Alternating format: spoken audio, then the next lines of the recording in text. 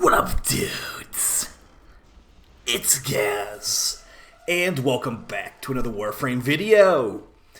So today we got the Sybaris Incarnon. I've got the Dex Sybaris and the Sybaris Prime, and we'll be comparing the stats between the two, and basically showing some extremely OP loadouts for destroying extremely high-level enemies. With the builds we'll be showing today, you can basically annihilate AoE any level. And I'm also showing a Pharaoh Predasite build and Saryn Build to go alongside this for complete disgustingness. So let's get right into it. But before we do, make sure you sub this channel. We do daily Warframe video uploads, build videos, news videos, farming guides, all that kind of stuff. You're in the right place for Warframe content. Alright, so for the Sybaris Incarnon, the Incarnon form on this thing is extremely similar to the normal shot. So I've currently got the Dex Sybaris equipped, and that's going to be the anniversary weapon you can get for free for playing the anniversary alerts. The Sybaris Prime is farmable from Prime Resurgent. I think it came with like with Oberon Prime Access or something. Alright, so the normal shot is a 2-round burst, and as we build up the Incarnon form, we will get to our Incarnon ammo, which is going to be turning this thing into a 4-round burst with forced blast procs on the bullets. And we have a maximum of 200 Incarnon ammo on both the Dex Sybaris and the Sybaris Prime. That means 50 bursts of the Incarnon shot. I've currently got no mods on here right now. Now, since we have forced blast procs on this thing, that means that we can do some pretty fun stuff with the Saryn Warframe. If you ever use the Acid Shells mod on Saryn, it basically means you're making AoE toxin procs on hit. That's going to work very similarly with the Sybaris Incarnon. If we get enough procs on there, the new blast procs, you haven't played in a while, blast procs now do AoE damage when you get 10 of them on target. So, and they're also going to make enemies detonate on death as well. So we can get lots of toxin procs with the AoE this gun provides, especially when we actually put mods on it. So let's start off with comparing the Prime and the Dex version of this weapon, because they actually have different stats. And also, the Pharaoh Predasite might make a little bit more sense to explain how Saryn's abilities work. Okay, so starting off the comparison of these two guns and their stats, we've got the I've got a clip on screen right now of me scrolling through them. So as far as the Dex Sybaris, it has higher critical chance, but lower status chance and base damage, and the Sybaris Prime is going to have higher base damage and less crit chance, but more status chance. So they're pretty much very, very similar, but one thing that might actually make a difference to you is the Riven stats available for these weapons are actually higher on the Dex Sybaris than the Sybaris Prime, but not by a whole ton. As far as a build, like comparing two of the builds here, the difference once you put the mods on there is going to be somewhat noticeable depending on, if you care about every little stat. But looking at the build now on the Dex Sybaris with a no crit chance Riven, 105% crit chance of the Incarnon shot, and the Sybaris Prime, 90% crit chance. They've got the same crit damage, but the status chance is different depending what mods you're putting on them. We've got 50% crit chance on the Dex Sybaris and 72 on the Sybaris Prime. And the overall damage is 971 on the Dex Sybaris, while it is over 1,000 on the Sybaris Prime. So it is higher base damage, but less crits. With 105% crit chance, you're getting consistent, everything is a yellow crit, and then some things will be orange crits too. For the primary shot, they actually, unfortunately, if you really don't like the Soma Incarnon, this might not be the gun for you, because the Incarnon form is lower critical chance than the primary shot. So that might just be an instant, no thank you for some people out there. But yeah, 120% crit chance on the Dex Sybaris normal shot, and 105 on the Incarnon shot. As far as which upgrades we've got, I've got Blazing Barrel, which gives multi-shot on shot, stacking up to 10 times, so 50% extra multi-shot. Marksman's Hand, giving reduced recoil, makes it very easy to hit with that burst mode. Burst mode can have a little bit of recoil. I found the Dex Sybaris to have less recoil than the Sybaris Prime, personally. And the final tier, we've got Survivor's Edge, giving critical chance and status chance. The other options for the top tier are going to be Reaver's Rapture, giving increased damage on full burst hit, but only gives you 5 stacks, so I wouldn't recommend that one. and the other one, Elemental Dominance, giving a bunch of extra status chance. I'm just going to go for the crits here because the crit multiplier is nice to have. Now, showing why I'm using this gun on Saryn, now that we've got mods on the gun, it's going to be a lot more damage. So I'm going to get that Incarnon shot, and I am actually also using green shards on Saryn. We'll show the build for Saryn here in a little bit. But just showing how this would work with an acid shells kind of situation. We've got all of our buffs active now, and we fire some shots at that enemy, and they're super, super dead. AoE, multi-million toxin proc, and yeah, they're fully armored still too. So if I was to put viral procs on them and like armor strip and stuff like that, it would be even more large numbers. So let's go ahead and throw some spores on that enemy and then shoot them with this. So yeah, it could be pretty nice, and also that AoE blast proc is applying your 3 from Saryn, so it's a very, very powerful toxin proc in that area. So yeah, this is one way this is basically the way I've been using this gun. 11 million damage AoE toxin proc. I've been using it this way. You can use a more normal generic build for it if you prefer. Although I feel like there's, you know, it's definitely an option. Since it's doing all these blast procs, it is going to be AoE. So let's do a let's actually do a Saryn build here. I've got more of a viral heat setup here for viral heat in an AoE. Now, this thing is usable in this way. I do have a heat ribbon on here, so let's just put on a normal heat mod to see how that would go. But yeah, there's lots of things you can change on this thing for variation on builds. I'd recommend Vigilance and Supplies or Stabilizer. If the Stabilizer, if you think the recoil is too bad, Vigilance and Supplies, you want some extra crit here, basically more damage. I've got Elementalist on here because the blast procs are affected by Elementalist, so that is a pretty big damage upgrade, and heat procs are also affected by it. As far as the different builds you could put on this thing, I really do like there's lots of differing builds you can put on here. Pure heat with that blast proc can be nice. Viral heat works too. Corrosive works. There's plenty of options because that blast proc is going to be forced on there no matter what. And if you get 10 blast procs, they'll detonate. So you do want to have a decent amount of multi-shot in your build. Since it is forced blast proc, the more multi-shot you have, the quicker you'll be getting to that 10x blast proc to detonate the enemy. So here it is with no Riven, and basically not even being buffed by Saryn in any way. So pretty powerful if you just want to use a no Riven build.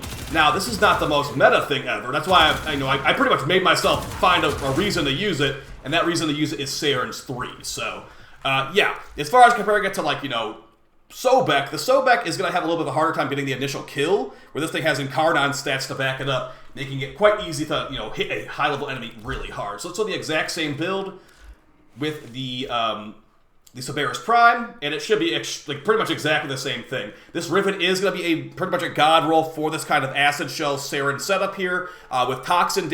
So the reason Saryn's third ability is so good is it scales with plus toxin mods on your build. And that's what we're going to show the Pharaoh Predasite being really good here as well. The Pharaoh Predasite is going to give you a plus toxin damage mod on your build. So really good stuff here. So toxin Riven with also Bane the Grenier. Bane the Grenier does work on these enemies. I actually don't have it on here right now, so let's throw that on there for even more damage. Alright, you can also put on Primary Blight, which is going to be on toxin proc, giving you multi-shot and crit, but I'm just going to do Deadhead here because we've got a plus recoil Riven. It's not going to matter too much, but yeah, might as well just throw it out there. There's lots of flexibility on this gun. And I will get to the Pharaoh Predasite and Saryn build here. It's not going to take too long, but yeah, the main draw here is going to be that Sybaris Incarnon with that AoE proc. So here we are, the exact same gun. So not even in the Incarnon form, we're doing over 1 million damage with this initial hit with Saryn's buffs. So it can be pretty deadly, and that would look like a pretty nasty one right there. So 5 million damage AoE toxin proc. As you can see, there is some fun to be had with these procs on this thing. So let's go over all the ridiculous gear we're using to get these crazy numbers and crazy toxin procs. So we've got Saryn Prime, the Toxin Queen, and as far as our Emerald Archon Shards, they're all on toxin proc increasing damage. On the current meta of Warframe, I don't really think you need armor strip that much for high levels. So yeah, no corrosive stack increases needed here. Just go for full toxin damage.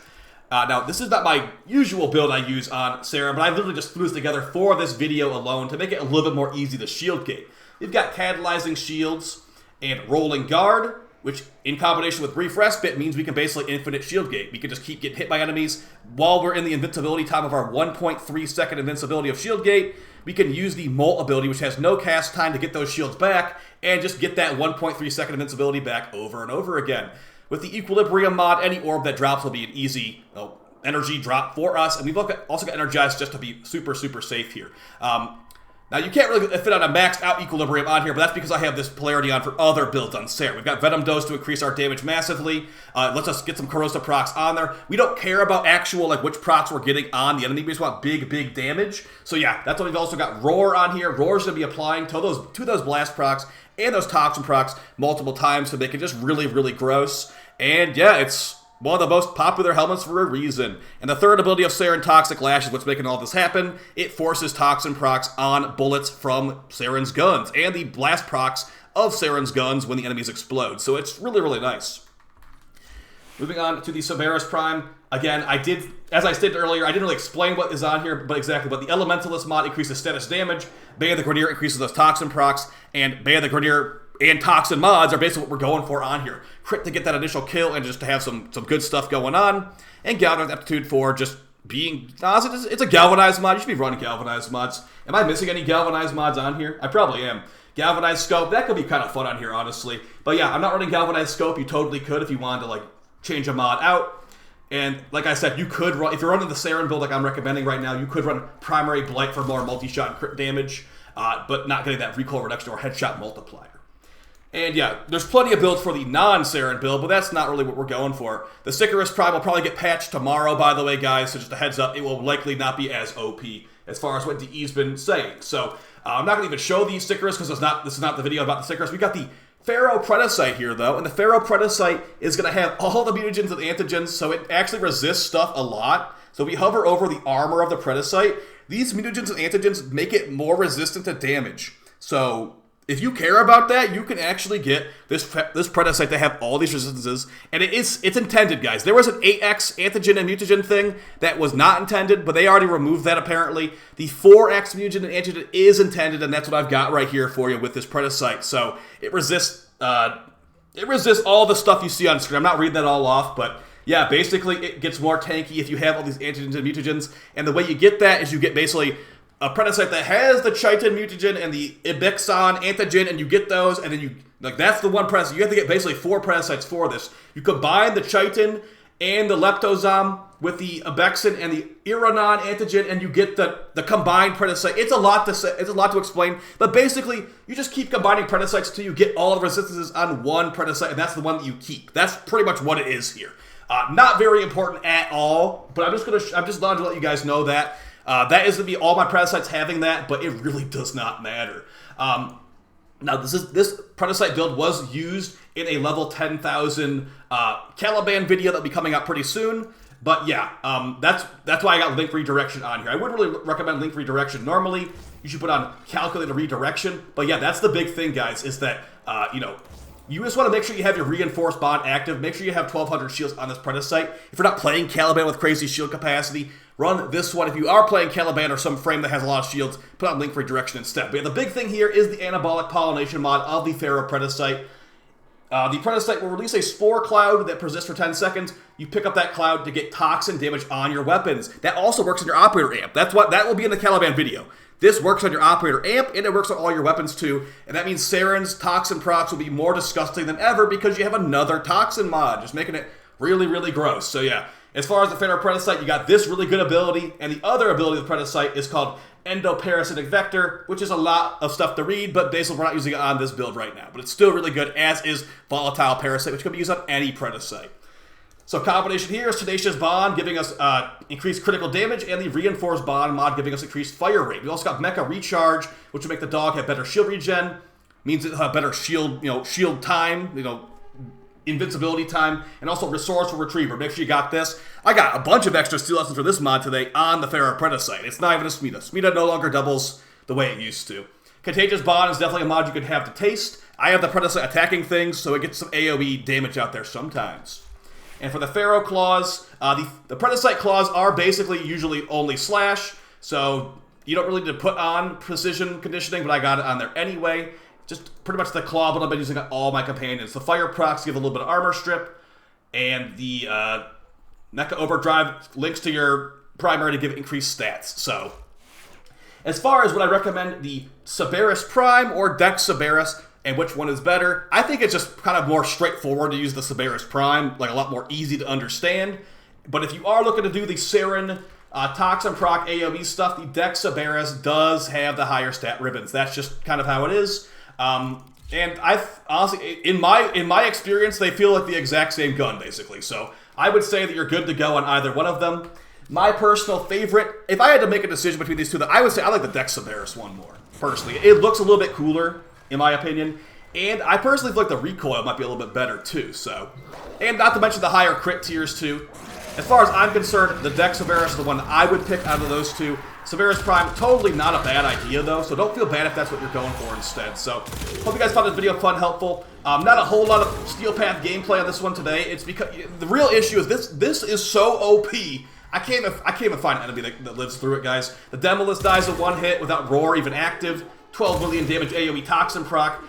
Is it better than the Sobek? No, the Sobek is technically percentage health, which is going to always be better. But hey, you know, if the enemies are taking 13 million damage Toxin procs, that's going to basically kill anything in the game in one hit, as far as I'm concerned. So, yeah, this will get the initial kill a lot easier. I'm not even using viral procs, as I stated earlier. So, yeah, I think this thing is definitely worth having. If you want to get a God or ribbon for Saryn, it is going to be basically what I have. I literally bought this one from somebody today, because I'm like, oh, that guy's got the God roll Saryn Toxin proc one. It's going to be Toxin mod, multi-shot. Multi-shot's actually pretty important here because the more multi-shot you have, the more blast procs you get, and the faster they're going to explode and spread the Toxin proc. And then plus damage to Grenier. That plus damage to Grenier does make a pretty big difference. That's why I'm saying the ribbons for the Dex Sybaris being higher might be more important to you. And of course, I am technically missing a mod here. I don't have my Exilus mod. That's where like this would go. But yeah, I just wanted to make sure I got the video out to you guys. This thing's really, really fun, really, really good. And it is very flexible. Like I said, you could run like a Corrosive build, a Viral build, whatever you want. Even a Fire proc build is very good on this thing. Although if you're going for a non-Saryn build, you might want to go with the Sybaris Prime because it's just got a little more consistent stats in my opinion. So that's basically it. I'll see you guys next time. Appreciate the support and see you next. Take it easy. Bye.